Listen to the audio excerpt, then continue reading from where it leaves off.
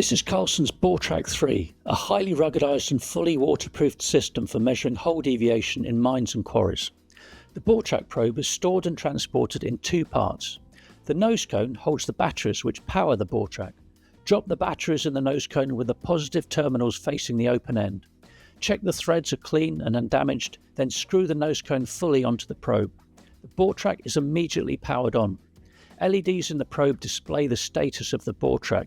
When first powered up, the LEDs cycle through a boot-up sequence. In this case, the LEDs end up showing blue as it is waiting to be connected to a Bluetooth device.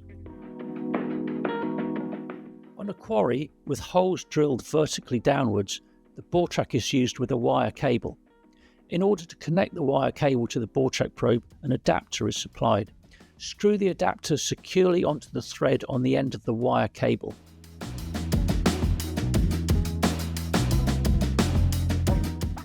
A quick release connector attaches directly to a connection point on the end of the Boretrak.